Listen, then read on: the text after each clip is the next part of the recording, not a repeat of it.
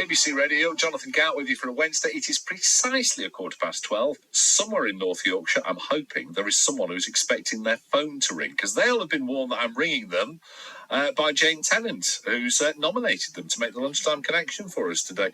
My producer knows who I'm going to be speaking to in just a few seconds. I don't and you don't. The only way to find out is to call the number that I've been left. See if it rings, which it does, which is good, and see who answers. Hello. Hello, good afternoon. My name's Jonathan. I'm calling you from BBC Radio York, and you're live on the radio right now. Is that okay? That's more than okay. That's fantastic. That's good. Phew, I'm glad you said that, because one day someone's going to say no, slam the phone down, and that'll be the end of it. Hello, who am I speaking to, please? My name is Simon Eastwood, Jonathan. Simon Eastwood. Is that what? Yeah, Simon Eastwood. Good afternoon, Mr. Eastwood. Now, your number has been passed on to us, by Jane Tennant, who was our Lunchtime Connection guest on the programme yesterday. Fascinating lady. How do you and Jane happen to know each other? I'm assuming you do. We do know each other. We know the Tennant family well. My two sons, Isaac and Theo, first started working there as students. We've known Tennants for many years since we moved to Leyburn in 2002. A fantastic venue. Theo is still working there. I'm glad to say. You mentioned yesterday about the Alan Ball memorabilia. Theo's a photographer and takes a lot of the photographs that go in the catalogues and onto the website. So very proud dad. Oh, brilliant. But sadly, Isaac, our son, passed away a few years back. And Tennants, being an former employee, they very kindly let us use the fantastic venue for his Thanksgiving service. And we were able to celebrate his life with about 600 people. Oh, I'm so sorry. So sorry to hear that. Not a problem. What age of a young man was he? Isaac was in his 20s and full of life. And that's part of the reason we're doing what we do now, which you'll no doubt ask me about. I'm going to ask you straight away. What is it you do now? We call ourselves, my wife and I, community enhancers. We felt very much during the lockdown in our previous roles. I used to run a charity over in Wensleydale, and we actually housed about 11 homeless people during the pandemic in log cabins, and actually did an interview with Georgie Spanswick about this just after, I think. Right. My wife Joanne is a teacher, and we both gave up those roles because we saw a need to support the lovely community in which we live, which is in a place called Colburn.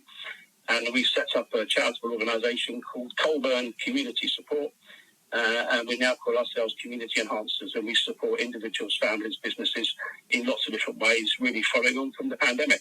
Wow, good heavens above. 3 cheers to Jane. She's found somebody very interesting for me to talk to today, Simon, and that's you. Wow. I was worried when you said, would you find someone as interesting as Jane? But we're both interesting people. Yeah, you certainly are. I've never heard the term. I mean, I can begin to guess, but you're going to have to tell me. What do community enhancers do? I think we want to make a difference in the community. You can be a community worker. That implies that you do all the work, but we tend to walk with individuals. We help them through different situations. So as an organisation, we might be offering practical support. We might be offering admin support, help with budgeting, financial advice. We do a lot of benefit claims and PIP applications for people who struggle with, 50-page forms that they've got to fill in. Bit of business mentoring. We've helped a few people start up new businesses. I also, having had a background in the charity sector, do a bit of charity consultancy for charities around the area, like Just a Job or Crackle or Blue Box Productions, very special charities, please support.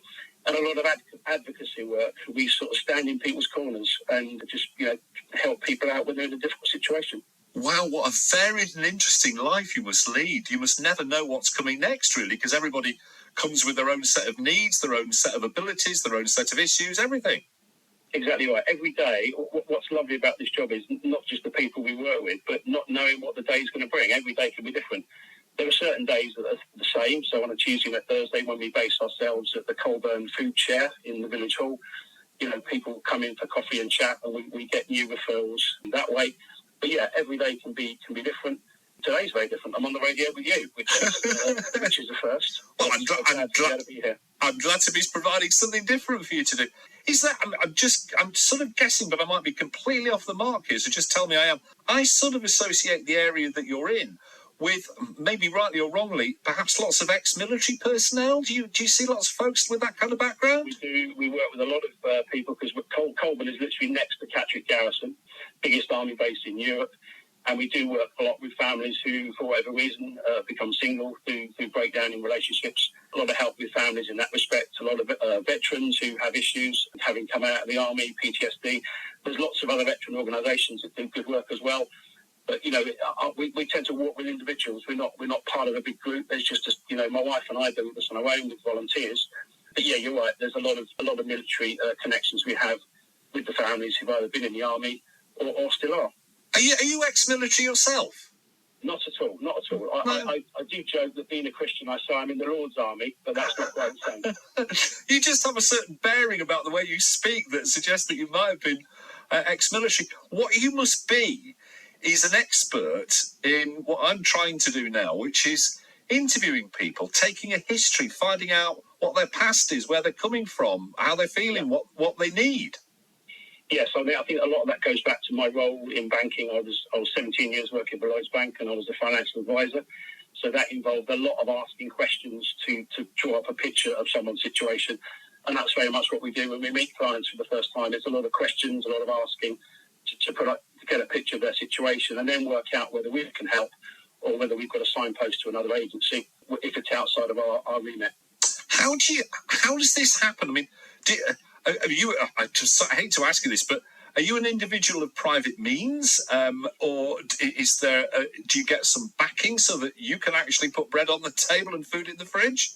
That's a great question, and a lot of people ask us this because they can't believe we've actually taken this step of faith to actually step away from two well-paid jobs, me running a charity, my wife being a teacher. But we are funded in three different ways. We have a fantastic little home here, which we can use as an Airbnb at times, and so that brings us some money. We have a fantastic group of individuals who believe in what we're doing, and they will give us funding each month so we can cover the mortgage. And we also apply for various other grants that I might see. We have other organisations who will give us money because they think what we do is fantastic. So we've been going almost a year, and I'm glad to say the mortgage has been paid every month. I haven't gone without a meal. And if you look at me, you'll know that definitely. But no, God has been good, and we've survived. And, is that what? Let's get down to brass tacks. Is that what it took as a person of faith? Did you actually say, God, this is what we feel the need to do, the calling to do? If we go ahead and do it, can we have your backing from on high, please? That's effectively what we did. We had no idea whether we would survive. We had a little bit of savings, which we were happy to fall back on if we needed to. But actually, in the last year, we haven't had to touch those savings. Every penny we've needed each month to run the van, to buy property, buy things from individuals when they need it, has been covered. The amazing story about the van provision, in terms of what you're saying about asking God, we had to give up my old company van, and we needed to find a van. We didn't know where to look. And one day we drove past a Gap car showroom in Brompton on Swale.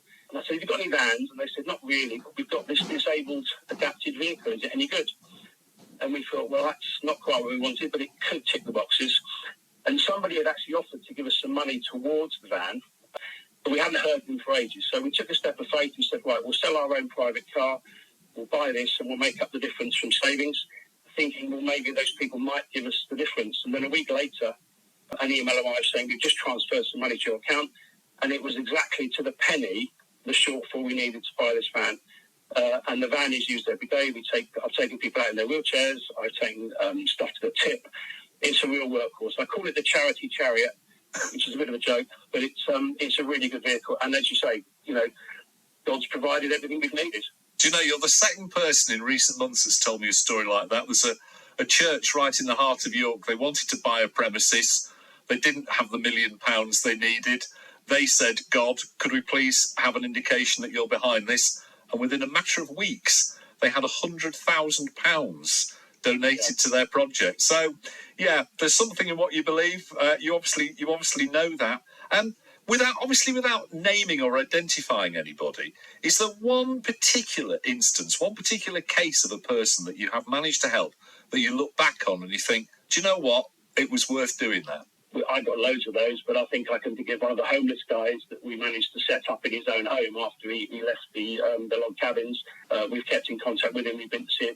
He's totally transformed, and we've been able to see him. He lives over in Great Ayton now, and just to hear him speak and the text he sends to us to sort of say how much it meant to look after him during the pandemic and the ongoing support.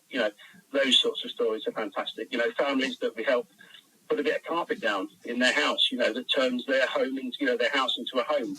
yeah, we've got lots of great feedback on our Twitter feed where people have given us comments like that. So yeah, every day is a challenge, but there are blessings every day. And just to say, whilst it is a faith-based organisation, we're not faith-biased. So we help every religion. We've been working with a lovely Syrian refugee family who have just had another grandchild this week. We've managed to provide them with a pram and baby clothes. No, it's a very humbling thing to do. You strike me, I say this quite often, probably too often, but you strike me as a man who, at the moment, is living his best life by the sound of the bounce in your voice. I think what it's given to us, Jonathan, having worked in the hospitality sector for nearly 20 years and having lost weekends and evenings, to have time again to be with Theo and Joanne, having normal weekends as a family, it's been fantastic. And that's one of the blessings that this job's given us, not just helping families, but actually helping our family and being able to catch up with family and friends. We most weekends we see people we've not seen for a while, and it's just lovely to have that ability to do that. Right. Does community enhancers stop with you? Are you the beginning and the end of it? I mean, it strikes me that you've almost founded a movement here, Simon, that could spread nationwide. I think that's interesting because there's various initiatives we're involved in. We're very involved with a group in York at the moment called SOBS, Survivors of Bereavement by Suicide, and we're looking at starting one of those in Colburn, so that's an extension of what Colburn Community Support do. Joanne's also been involved in speaking to clergy about how they might address suicide when they're in their ministry. So there's so many strands and doors opening up. At the moment, it's the two of us. We love to think big. We've got to think about how we fund other people coming on board. We've got great volunteers. We've got a great support group. But the doors will open, and if it's what we're meant to do in terms of expanding, I'm sure it will happen.